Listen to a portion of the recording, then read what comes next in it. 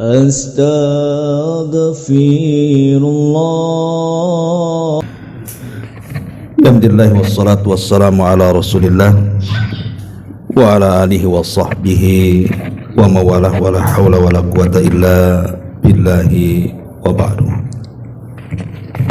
Jatuh terus nih.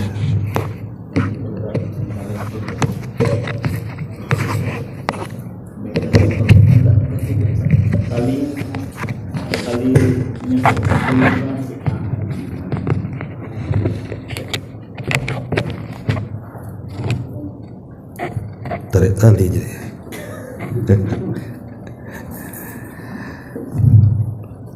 Alhamdulillah di malam ini kita bisa duduk untuk bertolabul ilmi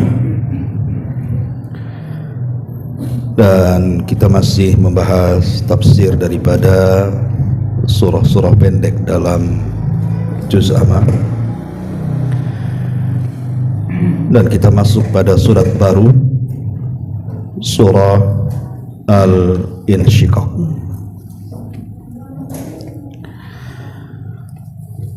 Ma'asyiral muslimin wal muslimat rahimani wa rahimakumullah.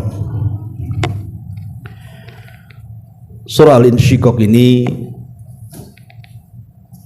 adalah bagian daripada surah-surah Makkiyah. Karena umumnya juz amma itu rata-rata surah Makkiyah. Dan surah Al-Insyiqaq ini bicara soal kiamat. Sama dengan surah Al-Infitar, surah At-Takwir, itu bicara soal kiamat. Bahkan dalam surat ini bukan hanya bicara soal kiamat,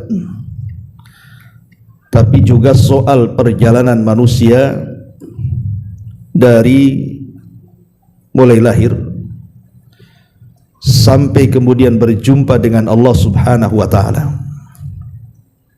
Bahkan sampai tempat duduknya juga dijelaskan kelak di akhirat, apakah ke surga ataukah ke neraka. Artinya cukup lengkap surat ini bicara tentang perjalanan hidup manusia dari dunia sampai akhirat.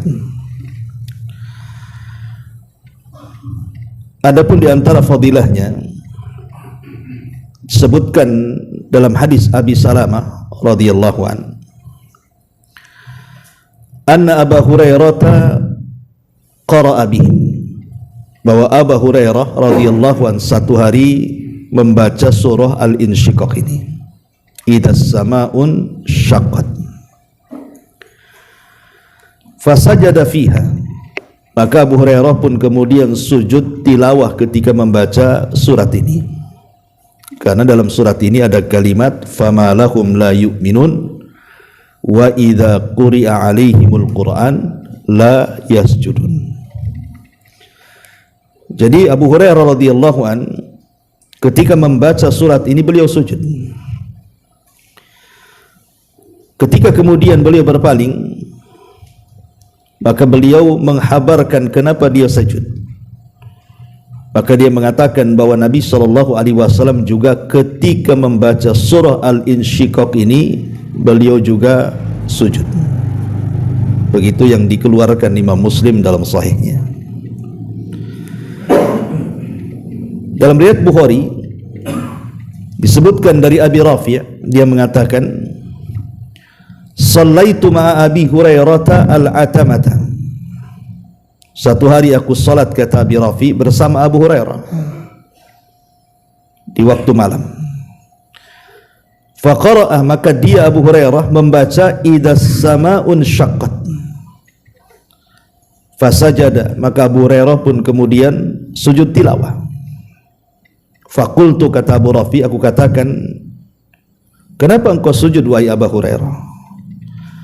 Maka Abu Hurairah radhiyallahu anhu mengatakan, sajadtu khalfa Abil Qasim fala azalu asjud biha hatta alqa.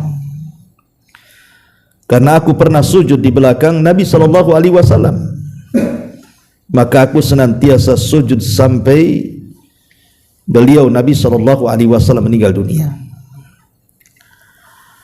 Artinya dalam surah Al-Insyiqaq ini ada syariat sujud tilawah, dan sujud tilawah ini adalah sujud yang membuat syaitan sangat terpukul dengan sujud itu. Jadi kalau ada orang yang sedang sujud tilawah, maka syaitan akan mengatakan, dulu aku diperintah oleh Allah Subhanahu wa ta'ala sujud, aku pun enggak sujud, tapi hamba ini diperintahkan sujud, dia pun sujud, maka dia dapat sorga, aku pun dapat neraka. Ma'asyiral muslimin yang dimuliakan Allah Azza wa Jalla, banyak hadis tentang keutamaan surah Al-Insyiqaq ini, tapi kebanyakannya lemah. Baik, kita masuk sedikit pada tafsir daripada surah Al-Insyiqaq ini. Di sini Allah Subhanahu wa taala mengatakan, "Idzas samaa'un syaqqat wa adzinat li rabbiha wa huqqat wa idzal ardu muddat wa alqat ma fiha wa takhallat wa adzinat li rabbiha wa huqqat." Idzas samaa'un syaqqat, apabila langit terbelah, apabila langit terpecah. Sama dengan kalimat idzas samaa'un fatarat, itu juga maknanya apabila langit terbelah. Kalau sekarang kita melihat langit, tentu belum terbelah langit itu, dan sama sekali tidak terbelah. Tapi nanti satu hari langit itu akan terbelah dan akan pecah. Lalu apa yang membuat langit itu pecah? Yang pertama, tentu karena bi amrillahi azza wa jalla. Langit pecah atau belah itu karena perintah Allah.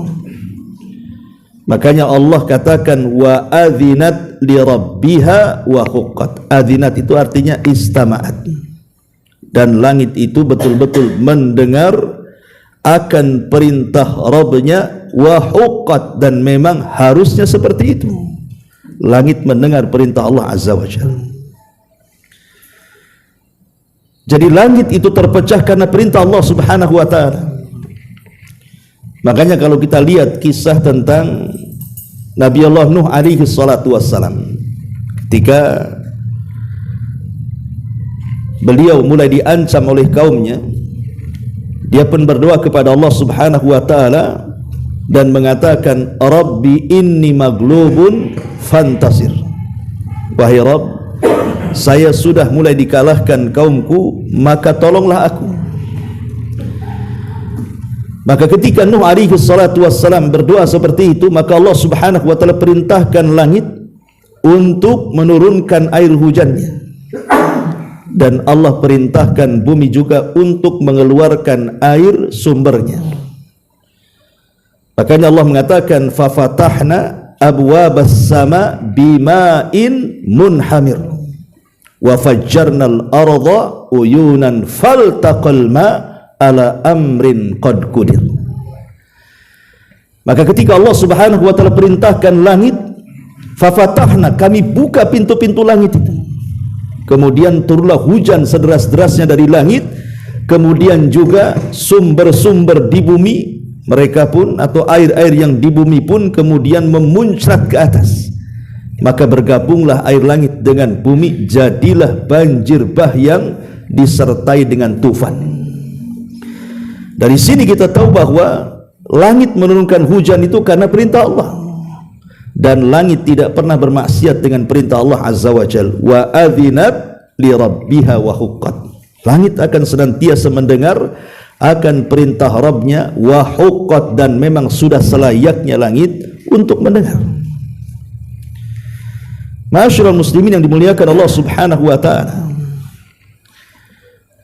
langit ketika diperintah Allah Subhanahu wa ta'ala, mau tidak mau harus mengatakan sami'na wa ata'na. Karena ketika Allah Subhanahu wa ta'ala menciptakan langit dan bumi, apa kata Allah? I'tiya tau'an au karha, datanglah kalian berdua, maksudnya langit dan bumi, suka atau tidak suka. Apa kata langit? Qalata ataina ta'in. Maka kata langit dan bumi mengatakan sambil datang kepada Allah Azza wa Jal, kami siap taat. Maka sejak kata-kata langit dan bumi di awal penciptaan mengatakan qalata ataina ta'in, maka keduanya berkata kami siap taat kepadamu ya Rabb, maka sejak itu langit akan siap apapun yang terjadi atas perintah Allah Subhanahu wa taala. Inilah kalimat wa adzinat li rabbiha wa huqqat. Dan langit mendengar apapun yang diperintahkan Rabbnya, wa huqqat, dan sudah selayaknya memang langit untuk taat dengan perintah Allah Azza wa Jalla. Ma'asyiral muslimin yang dimuliakan Allah Subhanahu wa taala. Masalahnya ketika langit diperintah oleh Allah Subhanahu wa taala untuk pecah kemudian pecah, langit diperintahkan Allah untuk belah kemudian belah, manusia ketika diperintah Allah Subhanahu wa taala apakah seperti langit? Tidak. Manusia itu justru kebalikan daripada langit. Manusia itu diperintah Allah, tidak juga di antara mereka ada yang mau menjalankan perintah, dan ketika dilarang justru melaksanakan larangan. Itulah manusia. Manusia itu kerasnya melebihi langit. Ketika diperintahkan salat ya tidak salat, ketika diperintahkan puasa ya tidak puasa, ketika diperintahkan haji ya tidak haji, ketika diperintahkan baca Quran yang tidak baca Quran. Itulah manusia, ikhwan. Tetapi walaupun demikian, Allah Subhanahu wa taala masih menghendaki ampunan. Artinya masih menghendaki manusia itu bertobat kepada Allah Subhanahu wa taala. Kemudian Allah Subhanahu wa taala mengatakan wa idzal ardu muddat, dan apabila bumi itu dihamparkan. Ma'asyiral muslimin yang dimuliakan Allah Subhanahu wa taala, apa makna bumi itu dihamparkan? Makna bumi dihamparkan kata para ulama adalah annaha tattasi'u, ai maksudnya bumi itu dihamparkan maksudnya diluaskan. Wala'alla al-hikmah fi dzalika, adapun kenapa bumi yang tadinya sempit menjadi luas, hikmahnya adalah karena Allah Subhanahu wa taala akan mengumpulkan orang yang awal dan orang yang akhir dan akan dibangkitkan di atasnya. Inilah isyarat dalam surah Al-Waqi'ah ayat 49 sampai 50. Allah Subhanahu wa taala berfirman, "Qul innal awwalina wal akhirin lamajmu'una ila miqati yaumin ma'lum." Katakan ya Muhammad, sesungguhnya orang-orang yang awal-awal dan orang yang akhir-akhir mereka akan dikumpulkan di tempat yang sudah ditentukan Allah Subhanahu wa taala. Maksudnya bumi yang dihamparkan.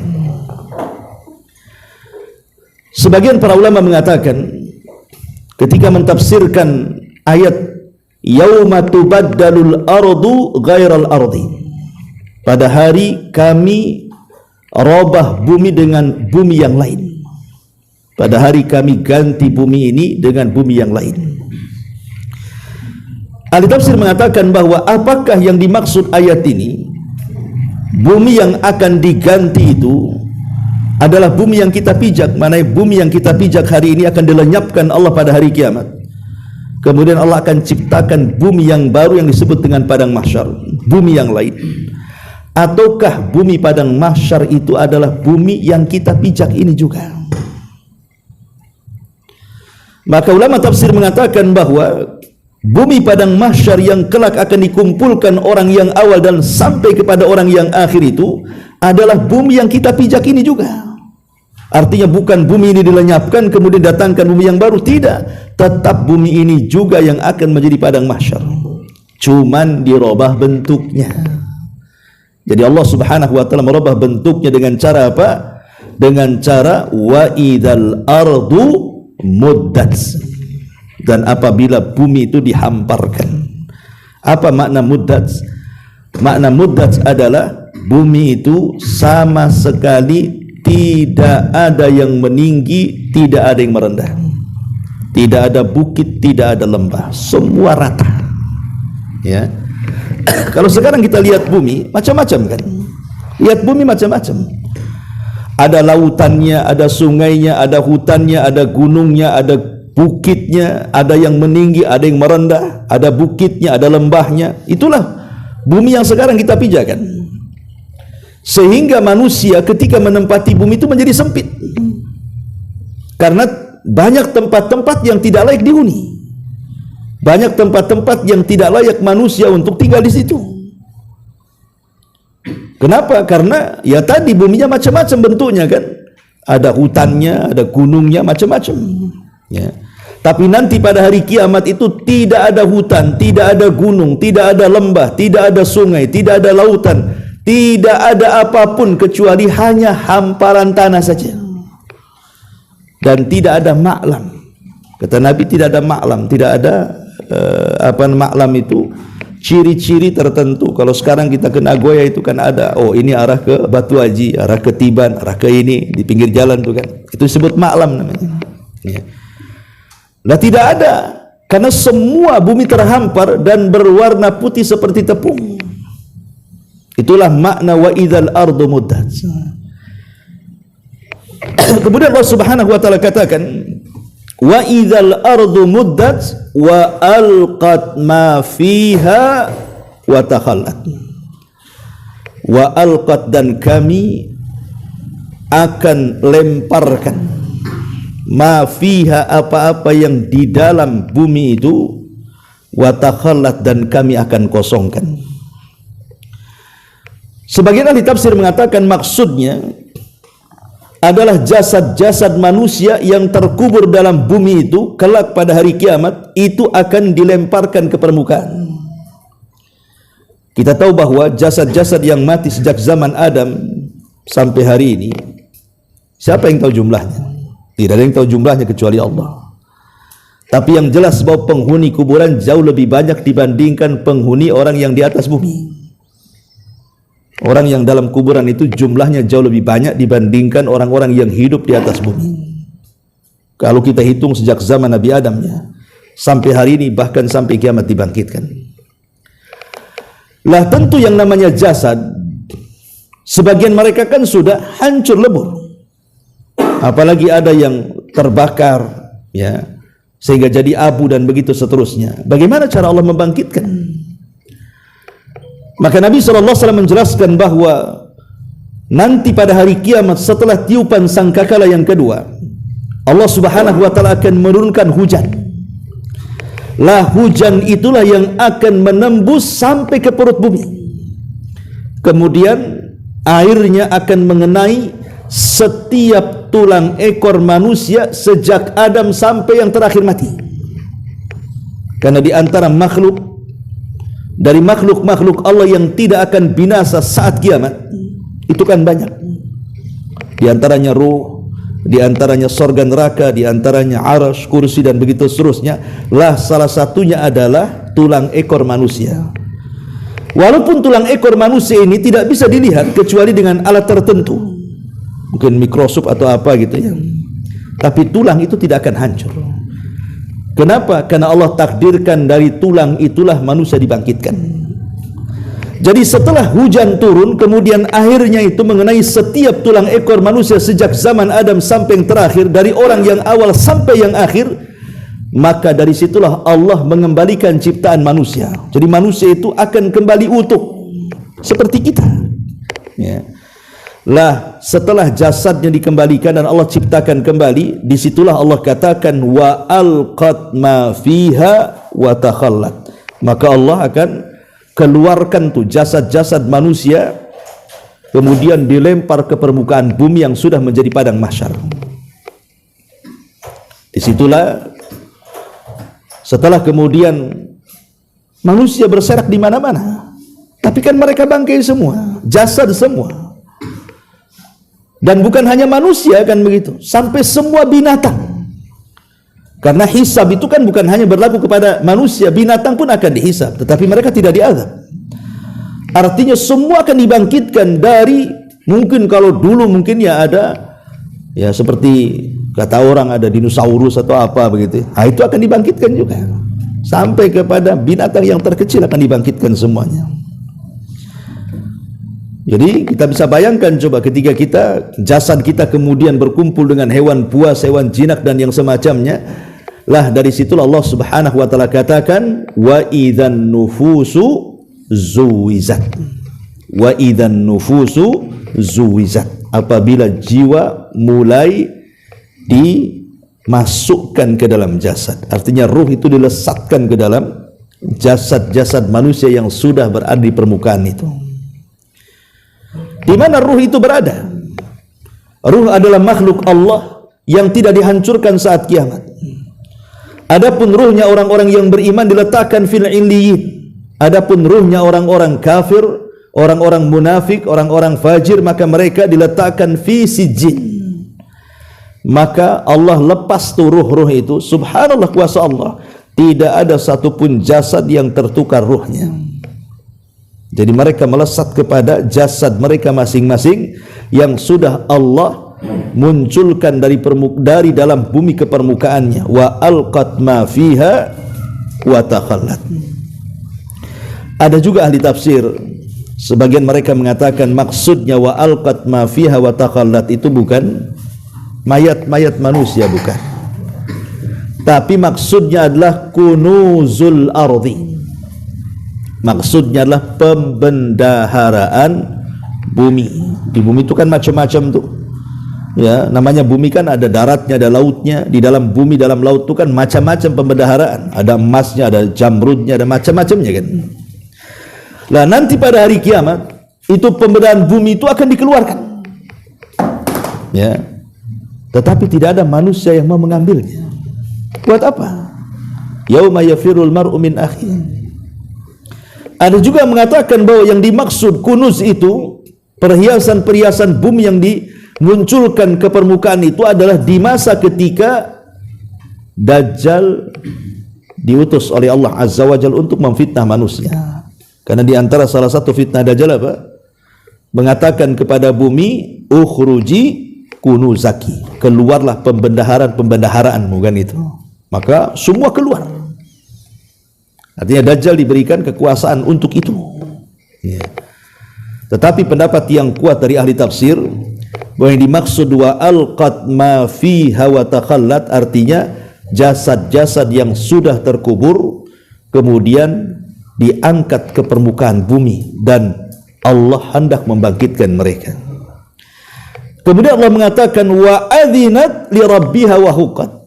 Wa adzinat, dan bumi pun mendengar apa kata Rabbnya, taat dengan perintah Rabbnya. Wa huqqat, dan sudah selayaknya bumi taat dengan perintah Allah Subhanahu wa ta'ala. Lihat bagaimana langit dan bumi menurut apa kata perintah Allah. Di zaman Nabi Musa alaihi salam, kita tahu bahwa saingan Qarun adalah Nabi Musa. Nabi Musa itu tidak kaya, tidak sekaya Qarun, tetapi kan pengaruhnya sangat luar biasa di tengah-tengah Bani Israel karena ketokohan. Sehingga kemudian Qarun ini hasad. Dia orang kaya tapi yang menghormati dia sedikit. Musa orang miskin tapi yang menghargai dia banyak. Makanya kemudian Qarun pun hendak membuat makar kepada Nabi Musa. Sebutkan dalam kisah Israiliyat, dia menyewa seorang pelacur, kemudian melakukan transaksi dengan pelacur tersebut dan siap membayar sekian dan sekian. Tentunya Qarun orang kaya, dia bisa membayar berapapun, dengan syarat bahwa wanita itu harus mengakui pernah berzina dengan Nabi Musa. Akhirnya kemudian Qarun pun setelah sepakat dengan wanita itu mengumpulkan Bani Israel, dan dia mengajak Nabi Musa berjumpa di tengah-tengah manusia, di tengah-tengah khalayak manusia, hendak mempermalukan Nabi Musa bahwa dia seorang pezina. Buktinya ada wanita yang mengaku dia berzina dengan Nabi Musa.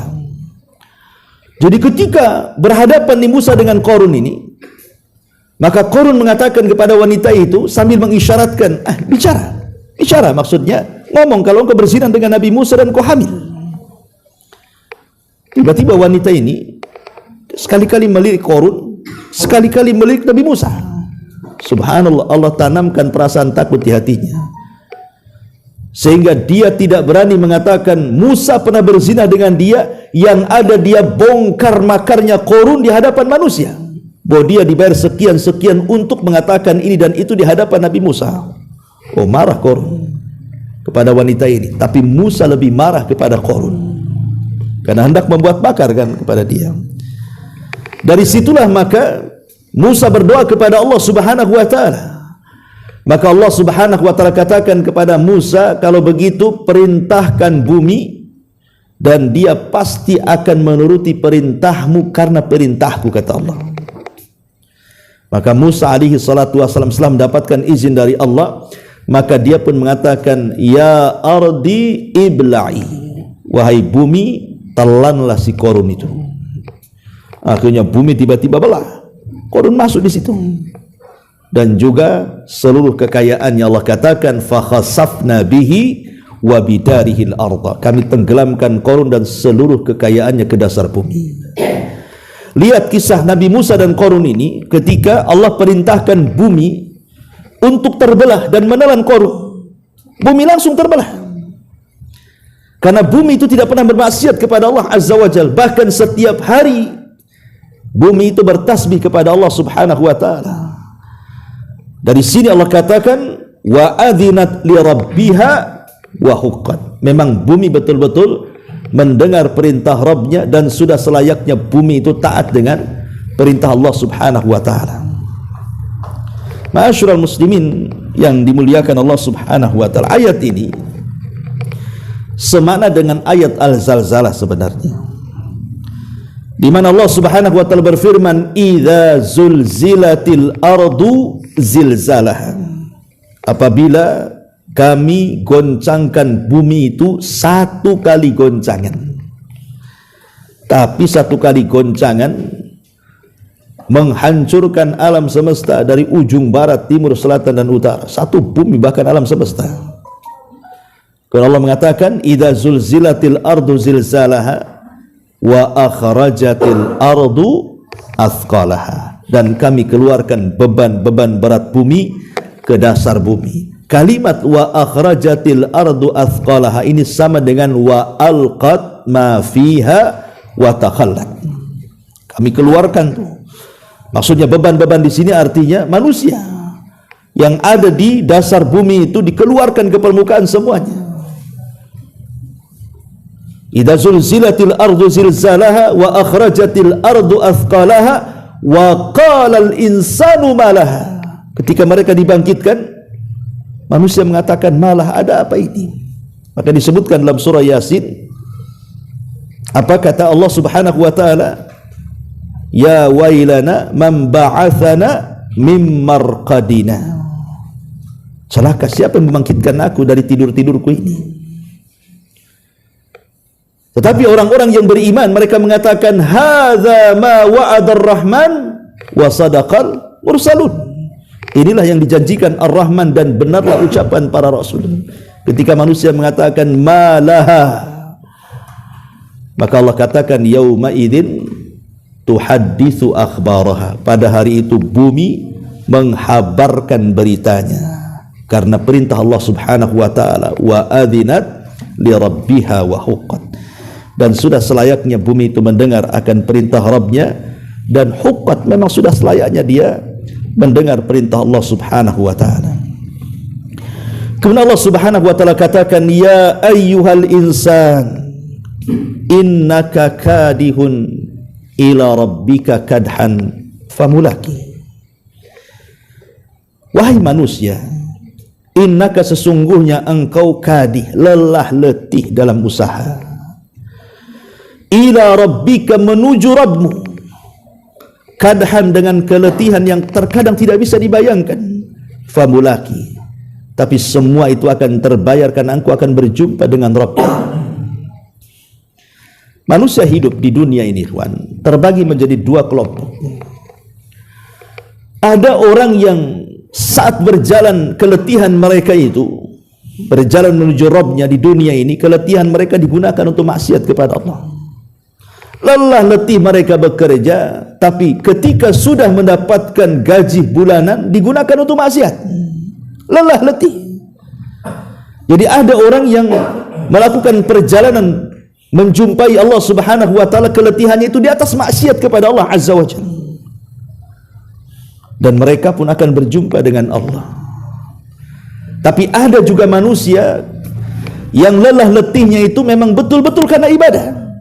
Letihnya karena salat, letihnya karena puasa, letihnya karena haji, letihnya karena umrah, letihnya karena baca Quran, letihnya karena ibadah. Dan mereka pun akan berjumpa dengan Allah Azza wa Jalla. Dari sini kata para ulama, tidak ada amalan yang sia-sia. Tidak ada keletihan yang sia-sia. Semua akan dicatat dan akan dipertanggungjawabkan di hadapan Allah Subhanahu wa taala. Seperti yang dijelaskan oleh siapa? Hasan Al-Basri. Yang pernah saya ceritakan kepada antum, dia berjumpa dengan seorang kakek yang berusia 60 tahun. Hasan Al-Basri mengatakan, "Ya fulan, kam umruk?" Wahai fulan, berapa usiamu? Maka sang kakek mengatakan, "Situna sanatan." Usiaku 60 tahun wahai imam. Maka Hasan Al-Basri mengatakan, kalau begitu sudah dekat perjalananmu untuk berjumpa dengan Allah. Karena usiamu sudah 60 tahun, sementara usia umat Islam itu 60 sampai 70. Artinya sudah dekat berjumpa dengan Allah, kata Imam Hasan Al-Basri. Maka kakek ini mengatakan, "Inna lillahi wa inna ilaihi raji'un." Ya imam, bukankah kita semua datang dari Allah dan akan kembali kepada Allah? Maka Imam Hasan Al-Basri mengatakan, "Wahai fulan, tahukah tafsir inna lillahi wa inna ilaihi raji'un?" Dia mengatakan tidak tahu. "Idzan fassir lana." Kalau begitu tafsirkan kepada kami. Maka Hasan Al-Basri mengatakan, "Inna lillah" maksudnya inna lillahi abdu. Inna lillah, sesungguhnya kita milik Allah, maksudnya kita ini hamba Allah.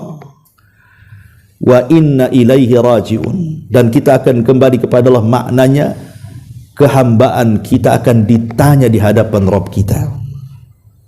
Kehambaan kita akan dipertanggungjawabkan di hadapan Rabb kita. Kita akan ditanya. Maka sang kakek mengatakan, "Ya imam, kalau kita akan ditanya tentang kehambaan kita, tentu yang namanya pertanyaan ada yang mudah dijawab, ada yang tidak mudah dijawab. Bagaimana cara melaluinya supaya aku mudah mempertanggungjawabkan di hadapan Allah?" Maka Imam Hasan Al-Basri mengatakan, kalau begitu ahsin fima baki, perbaiki sisa hidupmu, yughfar laka fima madha wa fima baki, maka Allah akan ampuni dosamu yang telah berlalu dan yang sedang kau lakukan. Dari kalimat Hasan Al-Basri rahimahullahu ta'ala, bahwa kita ini hamba dan kita akan ditanya di hadapan Allah, itulah makna ya ayyuhal insan innaka kadihun ila rabbika kadhan pamulakin. Bahwa kita ini akan terus berjalan dari bayi, kemudian remaja, kemudian dewasa, kemudian tua, dan kelak akan mengalami kematian dan akan berjumpa dengan Allah Subhanahu wa taala. Tidak ada manusia yang tidak berjumpa dengan Allah. Inna ilaina iyabahum thumma inna alaina hisabahum. Iyabahum artinya kita akan kembali kepada Allah. Kaifa takfuruna billahi wa kuntum amwatan fa ahyaakum thumma yumitukum thumma yuhyikum thumma ilaihi turja'un. Kepada Allah kalian akan dikembalikan. Semua akan kembali kepada Allah, kata Allah. Maka di sini Allah mengatakan, ya ayyuhal insan innaka kadi. Sesungguhnya engkau ini lelah letih. Di dunia ini tidak ada yang tidak lelah, ikhwan. Makanya ada istilah para ulama, manusia tidak selamat dari 3 perkara. Pertama, manusia tidak akan istirahat di bumi. Manusia itu tidak akan istirahat. Selama hidup di dunia tidak akan istirahat. Pasti ada aja masalah, kawan. Baru selesai masalah, datang masalah yang lain. Baru selesai istirahat, lelah letih, pinggang pula sakit sebelah kanan. Ya. Pokoknya lelah saja di dunia itu. Tidak pernah kita ini, ya mungkin ada senangnya sebentar, nanti ada susahnya lagi. Ada selesainya, ada stresnya. Dan begitulah hidup manusia. Manusia tidak mungkin istirahat. Ya. Yang kedua, manusia tidak mungkin selamat dari kematian.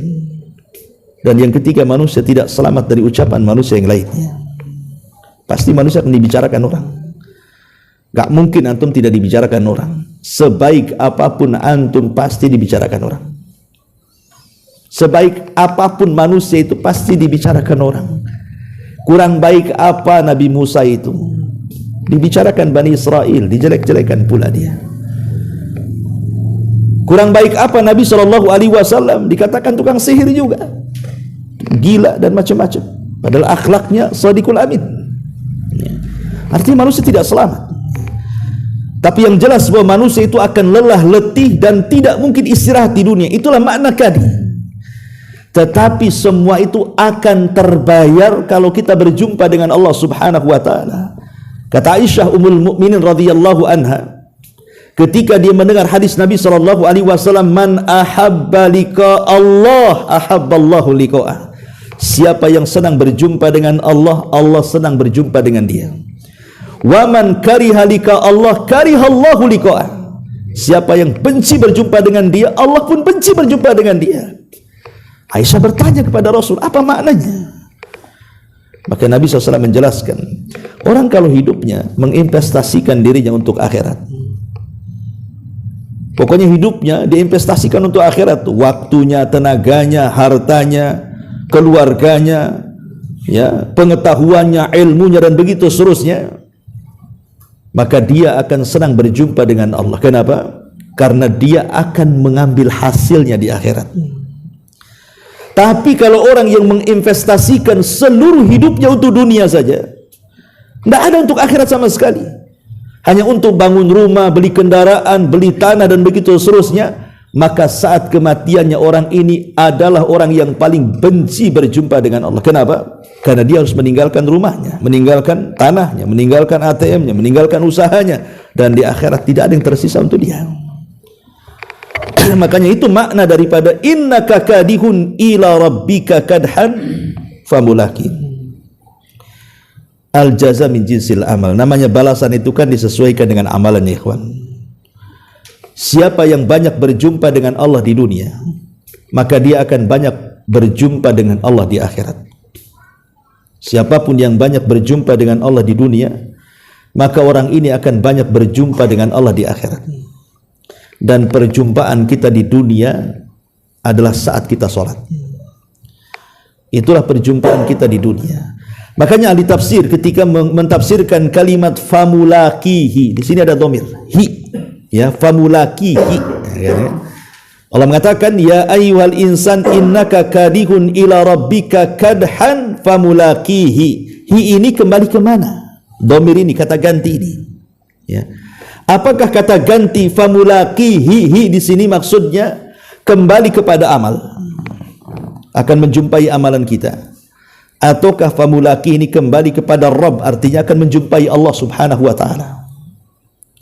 Bagi para ulama mengatakan, yang mentafsirkan bahwa dhamir hi dalam kalimat famulakihi, dhamir hi kata ganti ini kembali kepada Rabb, ya, ila rabbika, kepada Rabbmu, artinya kepada Allah Subhanahu wa taala, maka kita akan berjumpa dengan Allah di 4 tempat, 2 di dunia dan 2 di akhirat, ya. Pertama di dunia saat kita sholat, itulah perjumpaan kita dengan Allah Azza wa Jalla, dan itu difirmankan dalam Al-Quran, wa innaha lakabiratun illa alal khashiin.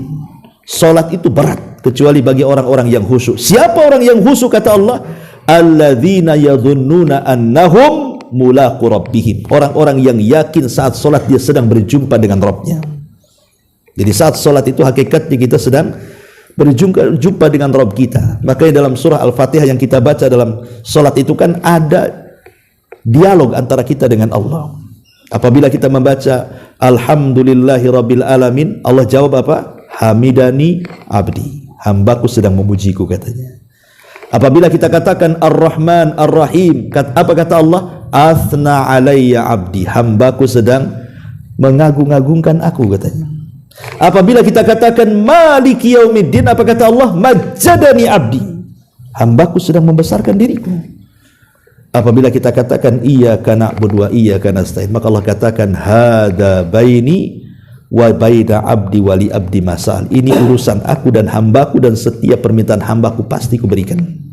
Dan begitu sampai akhir surah Al-Fatihah itu hakikatnya hiwar. Surah Al-Fatihah itu dalam solat itu. Jadi setiap ayat itu ada jawabannya. Makanya sunnah membaca surah Al-Fatihah itu adalah ayat per ayat. Ya, nggak boleh disambung. Ya, tapi satu ayat berhenti, satu ayat berhenti, satu ayat berhenti, karena di situ ada jawaban. Ya, kita sedang berdialog di situ. Ini yang pertama, perjumpaan kita dengan Allah saat kita sholat.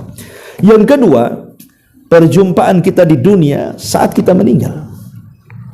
Dalam hadis yang panjang sekali dari hadis Bara bin Azib radhiyallahu anhu, ketika Nabi SAW menjelaskan tentang kematian seorang mukmin dan kematian orang kafir. Apa kata Rasul?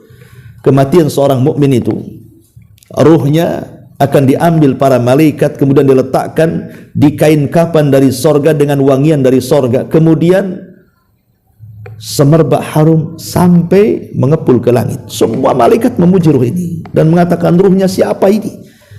Maka malaikat yang mengambil ruh mengatakan, ruhnya Fulan ibn Fulan, menyebut dengan kata terindah saat di dunia. Maka ruh ini kemudian diangkat ke langit. Langit pertama dibuka, ketiga, keempat, sampai ketujuh. Ruh ini berhasil melewati pintu-pintu langit. Kemana ruh ini diangkat? Berjumpa dengan Allah subhanahu wa ta'ala. Ini perjumpaan kedua. Ruh ini akan berjumpa dengan Allah. Setelah berjumpa dengan Allah, apa kata Allah? Kembalikan ruh ini ke dalam jasadnya, biarkan catatannya terangkat sampai iliyin. Akhirnya malaikat mengembalikan ruh ke dalam jasadnya. Baru saja kemudian rapat dengan jasadnya, dia masih mendengar suara terompah orang-orang yang mengantarkannya. Setelah suara terompah jauh sekali tidak terdengar lagi, tiba-tiba dikejutkan dengan dua malaikat yang membawa fitnah kubur. Man rabbuk wa man nabiyuk wa ma dinuk. Karena dia orang yang beriman, maka Allah katakan yutsabbitullahu alladhina amanu bil qauli tsabit. Sanggup menjawab dia. Ketika dia sanggup menjawab, Allah katakan sadaqa abdi, hambaku telah benar. Kalau begitu bentangkanlah kuburan sejauh mata memandang, buka pintu sorga, hembuskan angin dari sorga, kirim makanan, baju, minuman, semua nikmat sorga ke kuburannya. Itu disebut dengan nikmat kubur. Ini pertemuan yang kedua, hamba dengan Allah Azza wa Jalla. Dan ini dua-duanya di dunia. Adapun pertemuan di akhirat tentu pertama di padang mahsyar. Allah akan datang, waji'a rabbuka wal malaku saffan saffa. Dan yang terakhir pertemuan dengan Allah ketika kita di sorga. Itulah yang disebut dengan ru'yatullahi azza wa jalla, memandang wajah Allah subhanahu wa ta'ala. Dan itu tidak ada kenikmatan yang lebih tinggi dibandingkan ru'yatullahi azza wa jalla. Ini kalau makna dhamir famulakihi kembali kepada ila rabbik, kembali kepada Allah. Tapi kalau yang dimaksud famulakihi ini kembali kepada kadhan, artinya kembali kepada amalan, maka sama, kita akan berjumpa dengan amalan kita juga di 4 tempat. Ya. Pertama di dunia, kita akan berjumpa dengan amalan kita kan. Amalan itu pasti punya pengaruh, ikhwan. Amalan itu pasti pengaruh. Contoh umpamanya antum mengucapkan kalimat yang baik, kalimat yang baik, yang menyenangkan, yang mengucapkannya, yang menyenangkan, yang mendengarkannya. Itu rasanya kita puas, ya. Ada pengaruh kepada hati. Berbeda kalau kita mengucapkan kalimat buruk, yang kita sendiri mengucapkannya terkadang menyesal, kenapa tadi saya mengucapkan kalimat itu? Yang mendengar sakit hati sampai kiamat. Nah, kan itu ada tuh. Jadi amal itu kan pengaruh kan? Ada pengaruhnya kepada kita tuh. Pengaruhnya ada, nggak mungkin nggak ada pengaruh. Contoh saja 1 bulan ini, jangan 1 bulan, 1 minggu saja. Antum tidak lepas daripada sholat jamaah, baca Quran, zikir, jauhi maksiat, pasti ada pengaruhnya. Nggak mungkin tidak ada pengaruh. Karena amalan itu juga akan menjumpai kita di dunia. Ya, ini yang pertama. Yang kedua, saat kita di kuburan. Ketika kemudian kisah yang tadi saya sebutkan, ketika orang ini ditanya oleh malaikat mungkar, siapa Rabbmu, siapa nabimu, apa agamamu, dan dia sanggup menjawab. Kemudian Allah katakan an sadaqa abdi, hambaku telah benar. Maka kemudian kata Allah, bukakan pintu sorga, hembuskan angin, makanan dan minuman sorga, berikan kain yang indah dari sorga, dan begitu seterusnya. Masuklah ke wilayah nikmat kubur. Disitulah kemudian ketika dia berada sendirian di situ, Ikhwan, tempat seindah mungkin kalau sendirian, bosan. Satu Batam milik antum, tapi antum hidup sendiri di kota Batam, coba. Semua tuh milik antum semua tuh. Tapi nggak ada kawan. Apa nggak boring hidup sendiri luntang-lantung ke sana kemari? Tapi beda kalau orang dikasih kawan, kan nggak akan bosan. Makanya Allah Subhanahu wa taala utus orang yang tampan, yang indah, yang suaranya indah, kemudian tutur katanya juga indah. Tiba-tiba datang kenalan, kemudian ngobrol. Kemudian setelah ngobrol dikatakan kepada dia, nim naumatal arus, tidurlah seperti pengantin baru. Ya, tidur pengantin baru kayak apa? Subuh aja kayak malam, pengantin baru. Artinya walaupun kiamat ini mungkin 2000 tahun lagi ke depan atau 100.000 tahun lagi ke depan, kalau kita tidurnya seperti pengantin baru itu ya tidak terasa, kan itu maksudnya. Mana terasa pengantin baru itu? Seperti seolah-olah sebentar aja malam ini. Itu maknanya. Sehingga ketika kemudian orang yang baik ini mengatakan Allah sudah menghabarkan kiamat hendak dibangkitkan, dia heran, begitu baiknya engkau, siapa engkau sebenarnya? Kenapa kau menemani aku di sini? Barulah kemudian orang ini mengatakan, ana amaluka saleh, sayalah amal solehmu, katanya. Sayalah solatmu, sayalah zakatmu, sayalah hajimu, sayalah umrahmu, sayalah baca Quranmu, sayalah zikirmu, sayalah birrul walidain, sayalah silaturahim, begitu seterusnya. Dia sebutkan amal kebaikannya. Artinya bahwa amal soleh akan menjumpai dalam bentuk manusia, dan itu di dunia. Ya. Adapun di akhirat, amal itu akan mendatangi kita dalam bentuk catatan, dan itu akan disebutkan di sini ayat setelahnya, kan gitu. Fa amman utiya kitabahu biyamini fasawfa yuhasabu hisaban yasira wa yanqalibu ila ahli masrur, begitu seterusnya. Adapun yang terakhir tentu amalan yang kita akan dapati Allah akan ganti dalam bentuk surga kalau kita termasuk penghuni surga. Wallahu alam. Saya kira sampai di sini aja, sampai kalimat ya ayyuhal insan innaka kadihun ila rabbika kadhan famulaki. Wallahu a'lam. Ada boleh? Jadi mungkin di luar apa hukumnya kalau kita kerja ilegal? Bekerja ilegal itu apa? Bekerja ilegal. Maksudnya dia masuk ke lapor masuk ke sana kerja. Wallahu a'lam. Pekerjaannya kalau memang halal, ya halal hasilnya. Tapi proses menuju ke pekerjaan itu yang jadi masalah. Contoh umpamanya perempuan menjadi pembantu di luar negeri tanpa mahram, tapi dia bekerja halal. Dia tidak melacur, dia tidak berjudi, dia tidak berzina. Dia betul-betul bekerja menjadi ART, pembantu rumah tangga umpamanya, kan. Dan dia bisa menjaga dirinya, menjaga auratnya, dan begitu seterusnya. Ya, boleh jadi mungkin pekerjaannya halal saja, tetapi perjalanannya bermasalah karena dia safar tanpa mahram, berdosa dia di situ. Mungkin juga orang-orang yang kerja ilegal. Kalau di sana umpamanya orang Indonesia ke Malaysia kerja di kebun sawit, betul-betul dia bekerja dari pagi sampai sore dengan persyaratan seorang muslim. Kau kerja dari jam sekian ke jam sekian, kau gaji sekian dan sekian, oke, deal. Akhirnya bekerja dia halal hasilnya, karena dia bekerja halal. Cuman masalahnya perjalanan dia ke Malaysianya masalah karena tidak pakai visa, dan itu akan merugikan negara. Sementara kita disuruh taat kepada Allah dan Rasulnya dan ulil amri. Masalahnya ketika mereka ada masalah, baru mereka datang ke negara. Ketika tidak ada masalah, sembunyi saja mereka.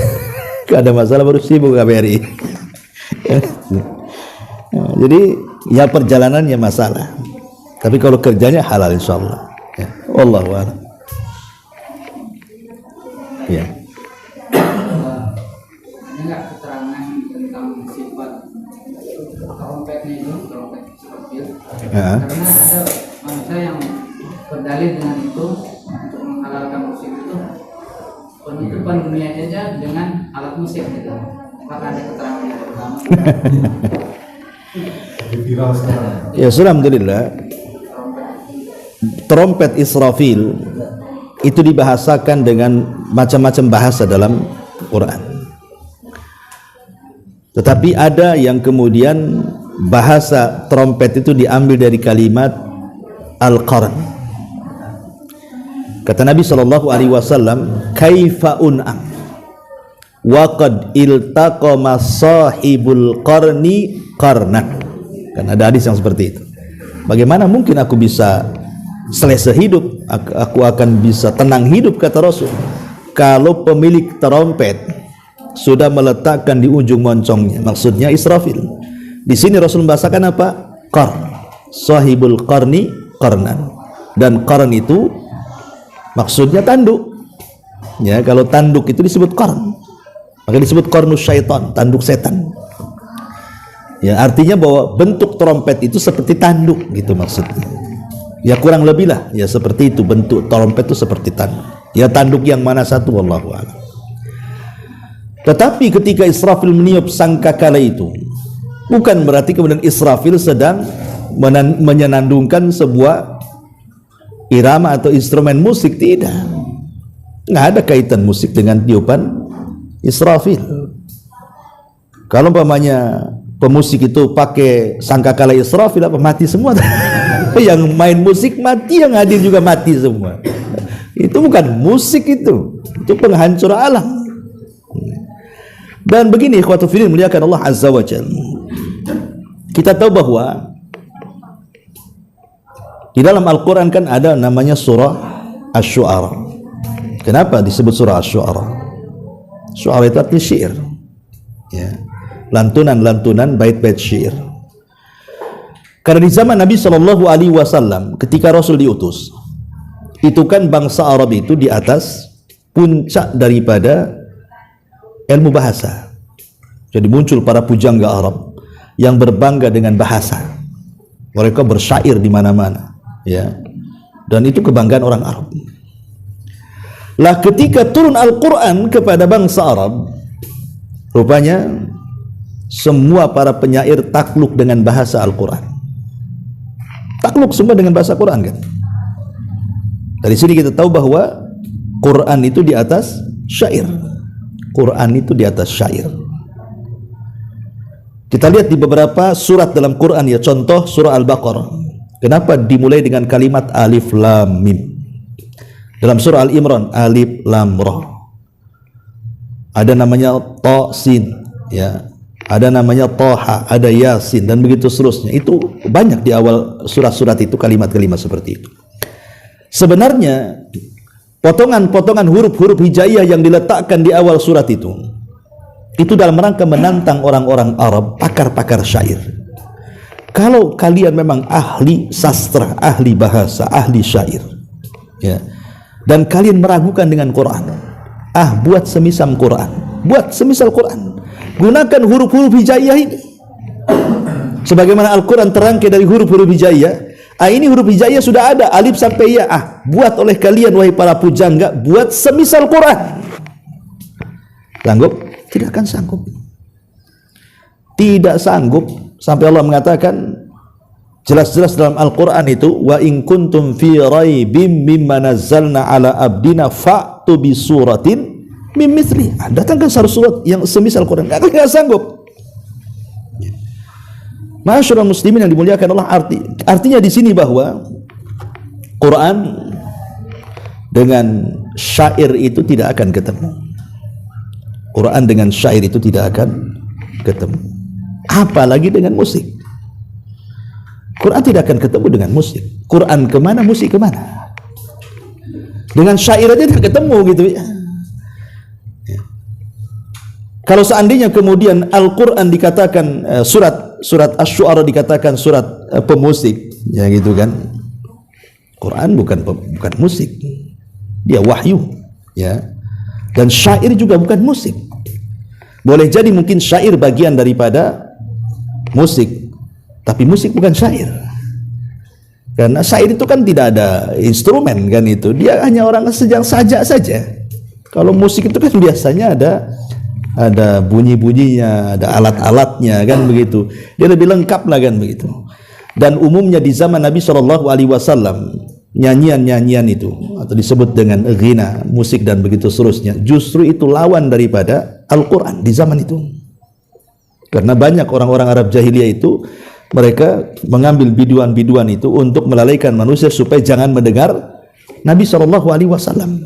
Makanya siapa yang cinta musik pasti benci Quran. Siapa yang cinta Quran pasti benci musik. Itu sudah matematikanya 1+1=2 tuh. Dan begitu. Kalau orang benci musik pasti cinta Quran. Kalau orang cinta Quran benci musik. Oh nggak bisa Ustaz, saya dengar Quran sampai dengar musik. Error itu deh, kan gitu. Ya. Nggak bisa. Ya karena nggak bisa. Satu melalaikan, satu meningkatkan iman. Quran meningkatkan iman, satu melalaikan. Makanya orang yang hari-hari mendengarkan musik ikhwan, ketika dia baca Quran, maka Quran itu tidak akan menggetarkan hatinya. Saya yakin. Orang kalau suka musik, ketika baca Quran itu nggak akan ada pengaruh pada dirinya tuh. Tapi kalau orang memang sudah dijauhkan dan dapat hidayah, dia menjauhkan musik dan fokus dengan Quran, pasti akan merasakan kelezatannya itu. Pasti itu. Ya. Karena Quran itu petunjuk bagi orang-orang yang beriman, dan Quran itu akan bermanfaat bagi orang-orang yang bertakwa. Intinya bahwa masalah musik ini sebenarnya sih masalah-masalah klasik, ya, artinya diperbincangkan dan diperdebatkan para ulama. Hadis-hadis soal musik itu banyak, ada sekitar 6 atau 7 hadis gitu kan. Tetapi ada memang sebagian para ulama yang melemahkan, seperti Al-Imam Ibnu Hazm rahimahullahu ta'ala, pengarang kitab Muhalla. Imam Ibnu Hazm itu seorang ulama Andalus. Dia melemahkan hadis yang ada dalam Sahih Bukhari. Kan tentang haramnya musik kan ada di Sahih Bukhari itu. La yastahilluna ummati al-hirra wal harir wal khamra wal ma'azib, kan gitu ya. Oleh Imam Ibnu Hazm hadis ini dilemahkan. Alasannya karena rawinya majhul. Rawinya majhul katanya. Majhul itu artinya tidak diketahui. Padahal yang dimaksud majhul oleh Ibnu Hazm itu adalah para sahabat. Sementara para ulama sudah membantah bahwa majhulnya para sahabat tidak memadaratkan hadis. Karena semua sahabat itu udun. Beda kalau majhulnya di bawah sahabat tabi'in atau para tabi'in, bisa saja dikatakan mungqati, hadisnya terputus. Tapi kalau majhulnya para sahabat, itu diterima makbul dalam ilmu hadis. Karena semua sahabat itu tidak mungkin memasukkan hadis. Semua sahabat itu adil. Tidak mungkin merekayasa sebuah hadis yang tidak ada dari Nabi diada-adakan. Tidak mungkin sahabat. Ya, makanya majhulnya para sahabat tetap diterima dalam ilmu hadis. Itu mungkin dari segi bantahan, dan ini panjang kalau kita bercerita masalah ini.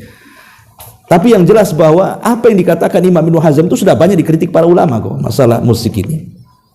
Masalah musik ini banyak dikritik para ulama. Artinya ada yang membolehkan, ada yang mengharamkan. Ini sebenarnya polemik sudah dari dulu. Ya, sudah dari dulu kan itu. Cuman yang jadi masalah itu kan penamaan surah Asy-Syu'ara dengan surah musik itu saja sebenarnya. Tapi kalau saya lihat videonya, walaupun tidak lengkap gitu ya, Ustadz Fulan ini, beliau selalu menggunakan dua kata, pemusik atau penyair. Pemusik atau penyair, diulang-ulang tuh kalimat itu. Ya boleh jadi kita berhusnudzon lah, mungkin Ustadz ini dalam bahasa Arab namanya sabkul lisan. Sabkul lisan itu apa? Terpeleset lisannya.